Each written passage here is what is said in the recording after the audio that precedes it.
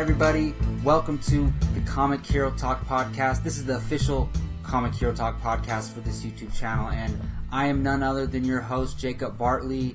Man, it's been a while since I've been on camera for Comic Hero Talk. I mean, not that long, but my last review / video was the Suicide Squad review. I did it the night of the premiere on the Thursday night before it came out, and since then I haven't uploaded any videos. Seems like months ago when it was in reality just a few weeks ago. But man, I tried to do this podcast and upload videos to this YouTube channel more frequently, but as I realized with time and my other YouTube channel, Apocalypse Movies, and just work and school coming up, it's kind of hard. So I'm going to take this channel a lot more casually. This is more of a hobby channel, whereas my Apocalypse Movies YouTube channel is like, I take that stuff very seriously. Not that I don't take this channel very seriously, but this is just for me to geek out about superhero stuff. Mainly Marvel, DC, Power Rangers, and Star Wars, if you haven't heard me say that enough. But I'm going to try to do at least 2 Comic Hero Talk podcasts a month and 2 Comic Spoilers podcasts a month. Those are my podcasts where I talk about the comics that I've read. In that case, from now on, it's going to be for 2 weeks. I used to try to do it weekly, but whatever comics I've read in those 2 weeks, I'll review on the Comic Spoilers Talk podcast, talking spoilers. And then in this Comic Hero Talk podcast, I'm going to talk about the big stuff going on in the movie world, TV world, and then just give a small recap of the comics I read recently with no spoilers. So that's going to be the channel from now on. And of course, I'm going to put up reviews of the biggest comic book movies coming out and the comic book superhero TV shows that I watched. Speaking of that, man, so we got Luke Cage coming at the end of September, and then just a week later, about a week later, I think, is when Supergirl, Arrow, Flash, Legends of Tomorrow returns, and I cannot wait. We have a little bit of news regarding those shows later on in the podcast. Just some synopsis for the shows have been released.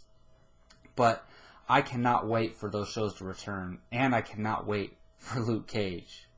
And hopefully those shows can hold me off until Doctor Strange and Star Wars Rogue One come off. But in the meantime, we have movie news and TV show topics to talk about.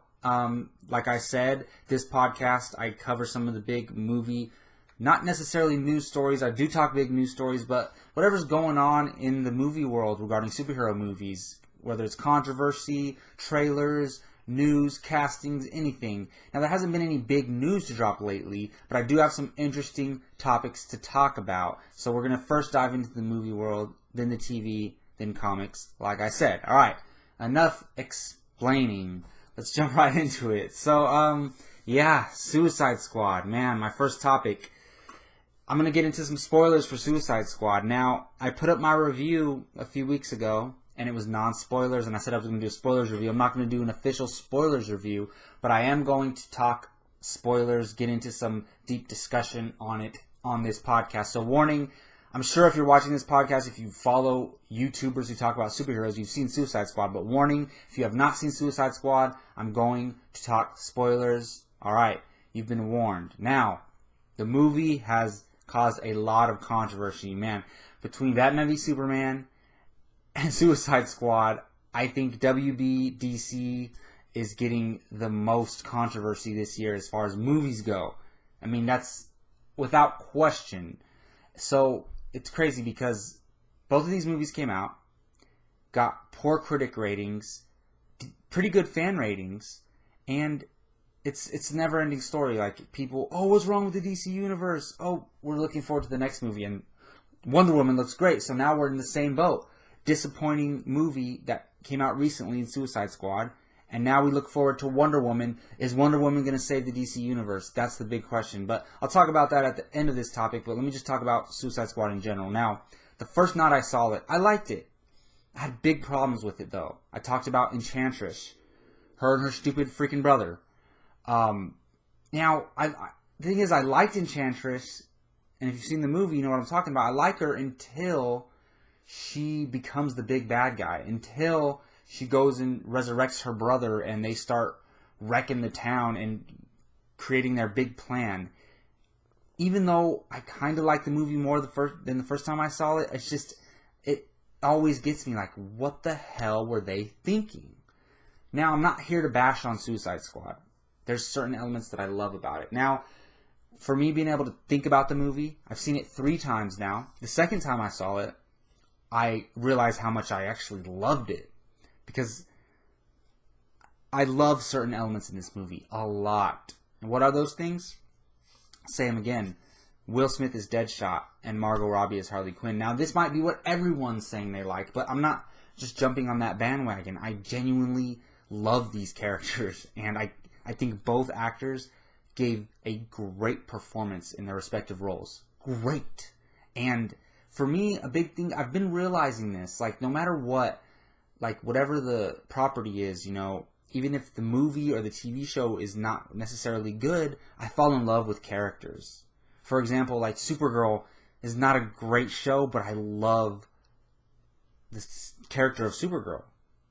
I love Cara Danvers and the actress who portrays her, Melissa Benoist, and her little best friends, her sister. I love those characters, so that's what keeps me watching the show. Legend of Tomorrow is probably a worse show than Supergirl. I did not love Legends of Tomorrow, but I watch it because I love the characters. Sarah Lance, Ray Palmer, Captain Cold. I love those characters, so I keep watching it. Arrow has significantly decreased in quality since Season 2. I still argue that Season 2 challenges other comic book TV show seasons like The Flash Season 1 and Daredevil Season 2 as the best comic book TV show season of all time. And I put Arrow right up there with those. Arrow Season 2. And 1 was really good too. But since then, it's fairly decreased. And why do I keep watching it? Because first of all, I'm involved in that universe so much, I'm too invested to stop watching any of these shows. But second of all, Oliver Queen, Felicity, Diggle, I love those characters from the beginning. My point being is that Suicide Squad, not a great movie, but I love most of the characters. Deadshot, Harley Quinn. I like Captain Boomerang. Jai Courtney did a great job, even though he's barely in the movie compared to Will Smith, Margot Robbie, Joel Kinnaman, Viola Davis. I loved his character. I really did. Diablo. Oh my goodness. It's arguable with an unbiased opinion that Diablo is the best character in Suicide Squad. And unfortunately, his character passed away as far as we know. I actually think he survived that. Because if you think about it, he's a pyrokinetic. His powers are based on fire. Would that kill him? Would that blast kill him? Couldn't he just absorb it or, you know, at least withstand it? I'm guessing yes. Yeah, and Rick Flag, I really liked Rick Flag. So I really liked and loved most of these characters. Amanda Waller's great. The side characters aren't bad. Like I didn't really care for Killer Croc or Katana or dare I say Slipknot, but none of them were like horrible, you know? They weren't given enough screen time or enough backstory, but they weren't bad characters. So the squad itself is something very special to me. And then I love the opening of the movie when they're introducing all the characters. I love certain character moments. Oh my goodness. The Joker and Harley Quinn scenes are amazing. Their interactions together, they freaking nailed it in their own way. It's not exactly like the animated series. It's not exactly like the TV or like the comic books, but in their own little special way, they nailed that relationship. The Batman cameo was great. The Flash cameo was very quick, and it didn't affect the movie at all. So, I mean, I'm down for Ezra Miller as the Flash. So that a lot of people were worried, like, oh my goodness, what'd they do? Why'd they do reshoots with the Flash? It was for 2 seconds, literally, in one line. So, overall, there's a lot of enjoyable elements in this movie. The problem is they had most of the right ingredients, and they just mixed them in wrong. For lack of a better way of explaining it, the structure of the story, there's not really a plot. Like, there's no, yes, the individual characters have motivation, but there's no driving force that's driving the movie as far as a plot, other than they're going to rescue Amanda Waller, and their plan kind of goes to shit. And the story is just sloppily told. There's certain scenes, like, a lot of the scenes within themselves are cool, but they don't make sense as far as the whole movie goes. And there's just a lot of editing stuff and just weird stuff and forced jokes. I like a lot of the comedy. I'll say I like about 60% of the comedy. But 40% of the comedy just is kind of forced and doesn't work. And the thing is, the more and more I watch this movie, the third time, I went from liking it to slightly loving it to really liking it. So, like, it's up and down for me every time. And the thing is, the more I watch the movie, the more I realize I love the things that I love, and the more I realize I hate the things that I hate. Now, from the beginning, the first time I saw it, I do not like what they did with Enchantress and her brother, and that the fact that the squad was taking on such a huge task, a sorcerer, gods, demons, whatever they are, the squad should not have been taking on that big of a task. Now, yes, they had Diablo, who is similarly as powerful, not as powerful, but he's able to physically fight these beings. But other than that, none of the squad has superpowers. Like, Killer Croc, you could say he has superpowers, but other than that, like Deadshot, Harley Quinn, Boomerang, they have special skills, yes, and they are more qualified than the average human being, but they are not qualified to be facing a god or sorcerer. And maybe that's the point of the movie. Maybe they were up against the odds and they overcame them. That's a common theme in most films. But this movie should have been more grounded. And sometimes I hate when people use that. Oh, I want it to be more grounded. Like, I want Man of Steel to be more grounded. You're talking about an alien from another planet who could fly and shoot lasers out of his eyes. You can't get much more grounded than Man of Steel was.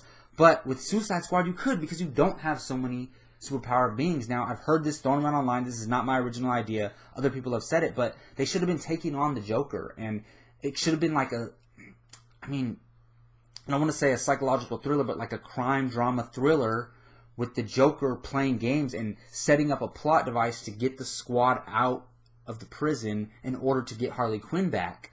And it's just a whole mind F by the Joker to get Harley Quinn back, and then maybe he has like a whole bunch of gangsters with him that the squad has to take on, and then maybe he has like one superpowered being with him, like just pick any random DC villain who has superpowers. Like maybe he has one of them with him, and Diablo can fight him. Like they could have gone so many different routes. Instead, they decided to have a flying, twirling hurricane of trash in the air and a dancing sorceress. Like, that's what they chose, and they're going to have to live with it. And those are my problems with the movie. But overall, I liked it. I'm not hating it. I liked it. It's like, I got Batman v Superman theatrical release and Suicide Squad like neck and neck. I like them, but I don't love them. I probably like Batman v Superman a little bit more. I mean, I'm putting the Ultimate Edition aside. The Ultimate Edition is really good, but that's not the official edition, the official movie.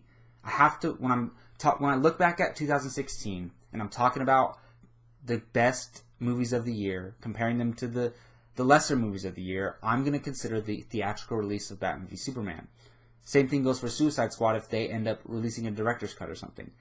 The theatrical release is the official release. It's the official movie. So it's not fair to compare the Ultimate Edition of Batman v Superman to Suicide Squad. I'm comparing the theatrical releases, and I got them pretty much neck and neck. There's elements in them that I absolutely 100% love with all my heart. They knocked some of that stuff out of the park. But there's things in those movies that are just bad. And a lot of it has to do with editing and the way the movies were put together and the flow of the film. So I think they're shooting the right stuff. They're not just putting it in the right order for the most part. What does this mean for the DCEU going forward? I mean the DC Cinematic Universe going forward. Man, I don't know. I don't think they're done yet. Obviously, they're not done yet. Wonder Woman's well into production. Justice League is well into production. These movies are coming out. And I said this about Suicide Squad, but I didn't feel this as much with Suicide Squad, but for Wonder Woman, I feel something special coming. That trailer is one of the best superhero trailers I've ever seen. Now that I've seen it so many times and thought about it, it really is. I love it. When she's standing in the battlefield with her shield and those bullets are hitting her shield, it's freaking amazing. And Patty Jenkins is the right director to be doing it. She's a great director. I think Wonder Woman is going to save the DC Cinematic Universe. And what a better way to do it with the most iconic female superhero of all time, and with the first big, huge female-led superhero film coming out of all time. Like, sounds like such a great story, and it's going to happen. And then I think Justice League is going to be fine. Like, Zack Snyder I think he's learned from his mistakes, and I think Warner Bros. Is going to learn from their mistakes, hopefully, especially after Suicide Squad, and let Zack Snyder do his thing. I just hope the movie's not 3.5 hours long. You can do a great Justice League movie in 2.5 hours. Just do it. So, yeah, those are my thoughts on Suicide Squad and the DC Cinematic Universe altogether. I'm still really looking forward to these movies. Wonder Woman and Justice League are probably both in my top 5 most anticipated for next year. And there's so many movies coming out next year. But I can't think of 5 more movies that I'm looking for more than those two. Like, you got Star Wars Episode 8. Man, it's so hard. I mean, for me, Power Rangers is in the top 10, but I don't know about top 5. Spider-Man Homecoming, Thor Ragnarok, Guardians 2. Man, you name it. It's going to be one hell of a year next year, and I'm hoping that DC has 2 great films coming out in 2017. I'm hoping, and I'm thinking that will be the case. At least I'm very confident in Wonder Woman, so we'll see. Alright, moving on to my next movie-related topic, and that has to do with Star Wars. The Rogue One trailer came out, when was that, a week ago? Yeah, see, I'm slacking on this podcast. I should have been putting up videos right away, but I just want to talk about it a little bit because I make a point to make Star Wars an important part of this YouTube channel and these podcasts. So I liked the Star Wars Rogue One trailer a lot. I really liked it. It's nowhere near the best Star Wars trailer I've ever seen. It's not one of the best trailers of the year in my opinion, but it's really good. It does the job. It's kind of another teaser. It's just like what The Force Awakens was doing. None of these trailers are giving away too much story, and I truly do appreciate that. That's the best part of this trailer. It doesn't give away much, but it shows us a lot, and I love that. And it got me excited. I'm kind of done. I don't even want to see another trailer. You know, we got Darth Vader at the end. Fantastic. Casual movie fans need to know that he's in this movie, and there you go. It's really good. I'm liking it a lot, and there's some badass moments in there. The best thing that I got from this trailer is that it really, really, really does feel like a war movie. And while there have been war elements in other Star Wars movies, none of them actually felt like a war movie, like an Earth war movie, you know, like the way we talk about war, the way we know war as human beings from Earth.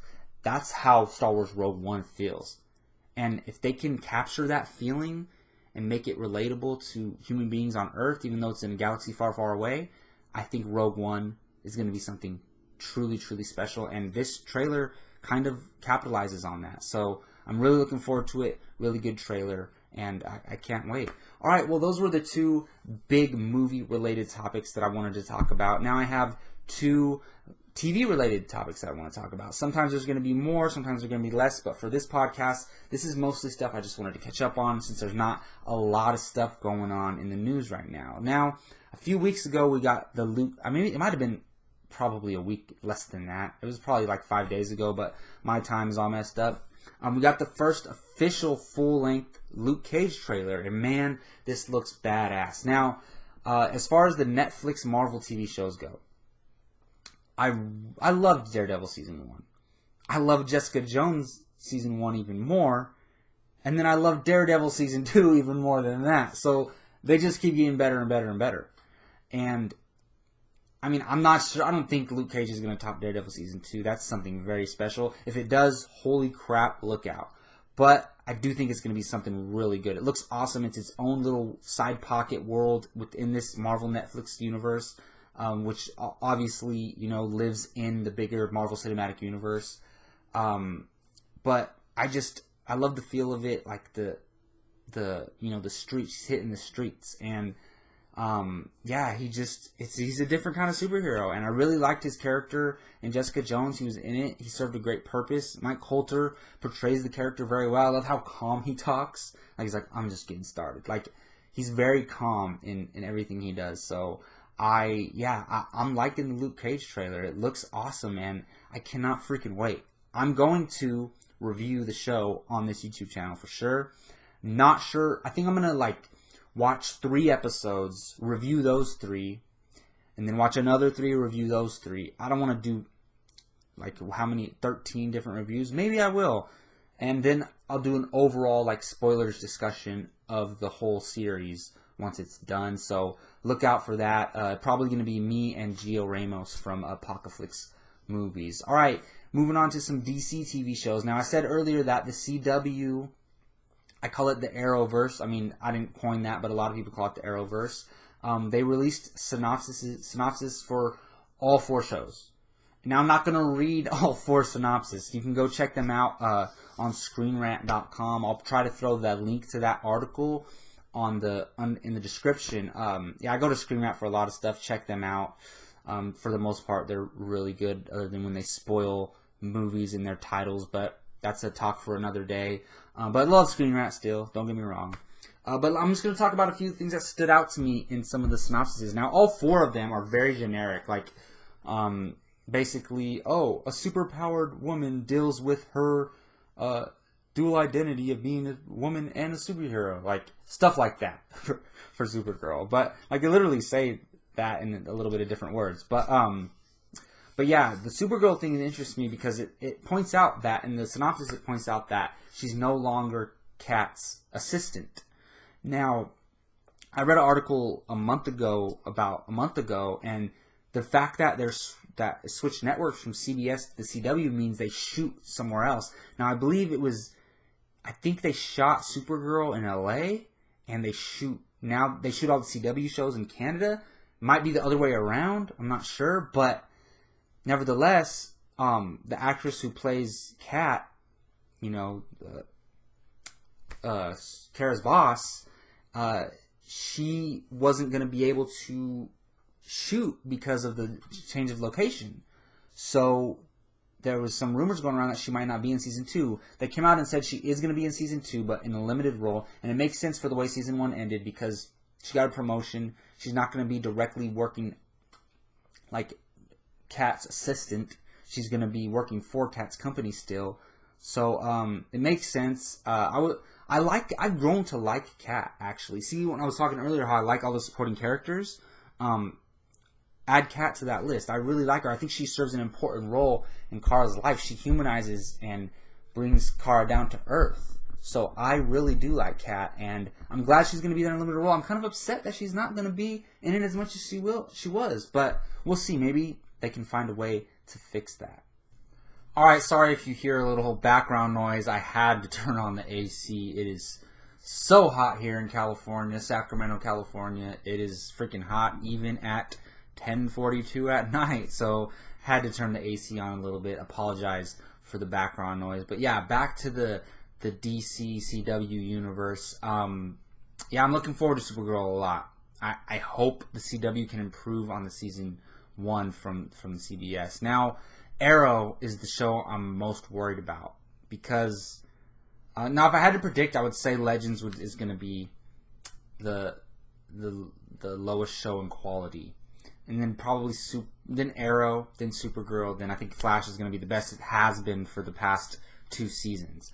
But I'm really worried about Arrow, partially because I love the show so much, and I love the characters so much, and I'm worried the direction they're going. I have not been satisfied with season 3 and 4, and they're worrying me now. Now, I was a little bit excited when, Laurel, not that I hated the character Laurel as much, but my problem with Arrow season 3 and 4 is they departed from what made the show great, which was keeping the team small. Everyone served a role, and you had Oliver, the leader, Felicity, the tech genius, and then Diggle was very necessary. So I love that trio, and they departed from that, and they kept making the team bigger and bigger. All of a sudden, I also really liked when Sarah, I wish Team Arrow was Oliver, Sarah, Diggle, Felicity. Boom. Greatest Team Arrow there has ever been on this show. But obviously Sarah's on the Legends of Tomorrow now, so that's fine. But I wanted them to get back to basics. So when Laurel died and Thea said she was going to leave the team, I was excited. I was like, yes, back to Oliver, Felicity, Diggle. Even though Diggle said he was going to leave, he's going to be back right by Oliver's side before we know it. So I was like, yes, we're back to this. Nope. First trailer, synopsis. Oh, bringing in some new some inspired vigilantes who were inspired by Oliver or Arrow killing Damien Dark. I don't want this. Please, no. Please, I want Oliver and Felicity to be doing their own little missions. I understand he's going to be facing bigger tasks and needs teammates, but man, my flaw with the show is that they had too big of a Team Arrow, and now they're making it bigger again with some random characters that I do not care about. At least if you're going to keep the team big, keep Thea and Diggle and freaking Laurel in there. But now I got to deal with introducing these new characters. Who knows? I might love the characters. Who knows? But I'm not looking forward to Arrow as much as I am Flash or Supergirl, honestly. And yeah, I'm really worried. They said they were going to get back to basics in Season 5, and this does not really look like it. But don't get me wrong, I still love the show, still going to watch it, still very excited for it to come back. Now, the Flash synopsis was a little weird because they basically just recapped the season finale of Season 2. Now, I'm fine with that, and it just said, oh, Barry changed things and now he has to figure it out. Okay. Nothing new there, so not much to comment on it. But it is my favorite comic book TV show on TV. Now, I don't watch Gotham or Agents of S.H.I.E.L.D. I do want to watch Preacher. I'm going to check Preacher out.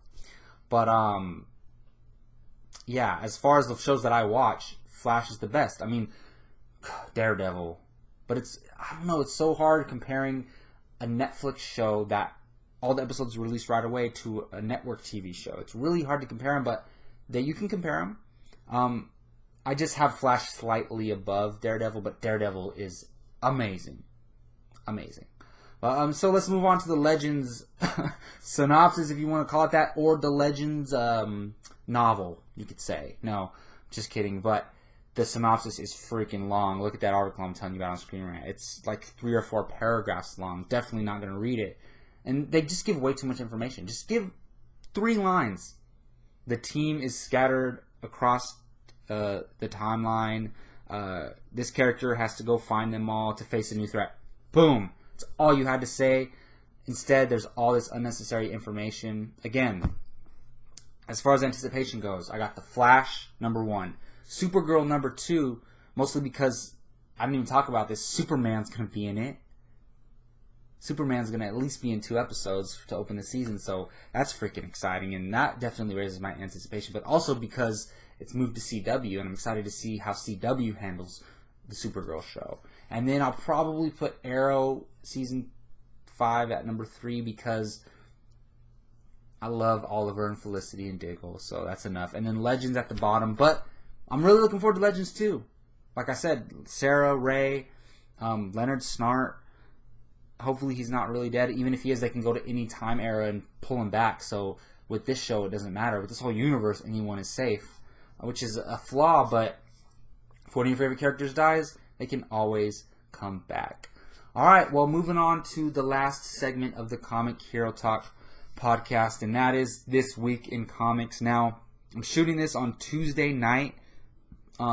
August 16th, I believe, Tuesday night. So some new comics come out tomorrow on the 17th, but I'm shooting this on the 16th. So as of now, I've only read 3 comics that came out this past week, and I used to read a lot more, but I've cut down time and money because of time and money.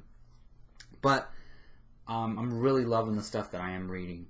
So I continue with Wonder Woman at Wonder Woman number 4. For the Rebirth line this week, and then I read 2 new runs. I read The Accused number 1 under the Civil War II storyline, and then I read Deathstroke Rebirth. Now let me talk about Wonder Woman number 4 first. I'm loving the Wonder Woman comics. It's really cool because every other issue they're following 2 stories. The first issue, the first one is following her present day, and she can't find the mascara, and she's getting help. I forget her name, but the cheetah lady, she's getting help from her to try to find the mascara again, and it's a really cool storyline, but I'm loving the origin story. The other the one that comes out every other time an issue comes out, is the origin story. And keep in mind, I'm a new comic book reader, so while I know the Wonder Woman origin story, I've never read it like issue by issue personally. So this is my first time experiencing that, and I love it. It's one of my favorite issues. I look forward to buying it every week. So definitely, if you can get your hands on Wonder Woman Rebirth and continue reading from there, I definitely do recommend it. Something else I really recommend is The Accused #1 for Civil War II. Man, I think, let me grab this real quick. Here, let me, well, first of all, let me show you this Wonder Woman one. Pretty awesome cover. I had to grab that. And this, look at this great cover for The Accused. That's amazing. So basically, the synopsis of The Accused Civil War II, oh man. How do I talk about this without spoiling? Matt Murdock is set to handle a huge case that is heavily tied in to Civil War II, and obviously Matt Murdock is Daredevil, and he's a lawyer, a blind lawyer, and he has to handle this case, and it's basically the biggest thing that's going on in the Civil War II storyline, and it has to do with the death of a certain character, a big character, and there's another very important character who is being tried for his murder. And it's very interesting because Daredevil has to, you know, get down and dirty to figure this case out and do what he has to do the right thing. So I personally loved it. I definitely recommend picking up The Accused #1 if you are reading Civil War II. Now, the other issue I read was Deathstroke Rebirth. Now, with the Rebirth lines, I've kept reading certain issues, but every time a new one comes out, I try to read it because you never know, it can be amazing. Now, as far as Deathstroke goes, I liked it. I don't know much about the Deathstroke character. My knowledge kind of extends to what they did with the character on Arrow, which, that is the best.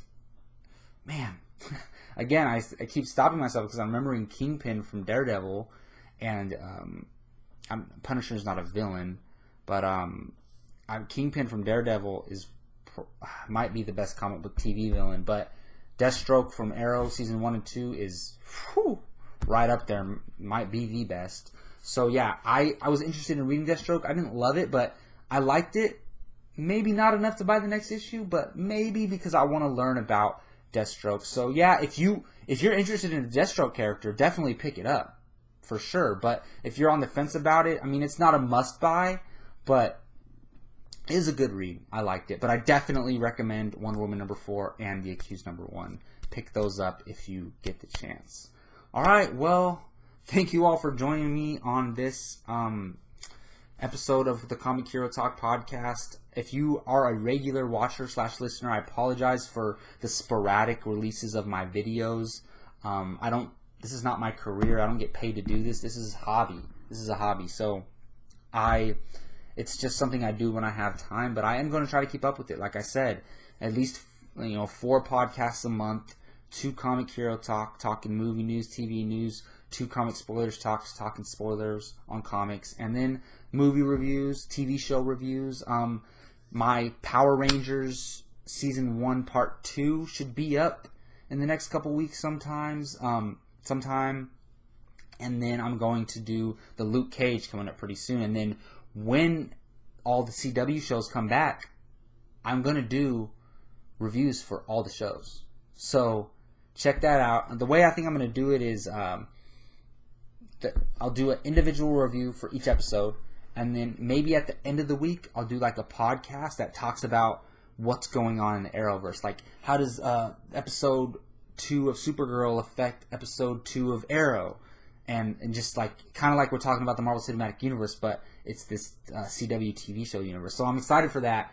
I'm going to try to get some buddies on and watch the show too, so look forward to that. Well, thank you so much. And remember, the thing that brings people like us together is superheroes. We love them. We love these guys. These guys and girls. Superheroes, man. And ladies. Yeah, so if you like superheroes, subscribe to this YouTube channel, please. Comic Hero Talk. And if you're already subscribed, give me those like buttons. Give me those comments. I really do appreciate it. Let me know what you thought of any of the topics that I talked about. today. I love hearing thoughts and discussing back and forth with fellow YouTubers or just fellow listeners out there. You can find me, Jacob Bartley, on Twitter at @JacobBartley_, and check Comic Hero Talk out on Instagram. I've been really active on that lately, trying to post at least one post a day, so check out that. I post like random news stories or like random comics and pop figures and stuff that I buy, so check the Comic Hero Talk Instagram channel out. That would be great. Alright, well, thank you all so much again for listening. Until next time, take care.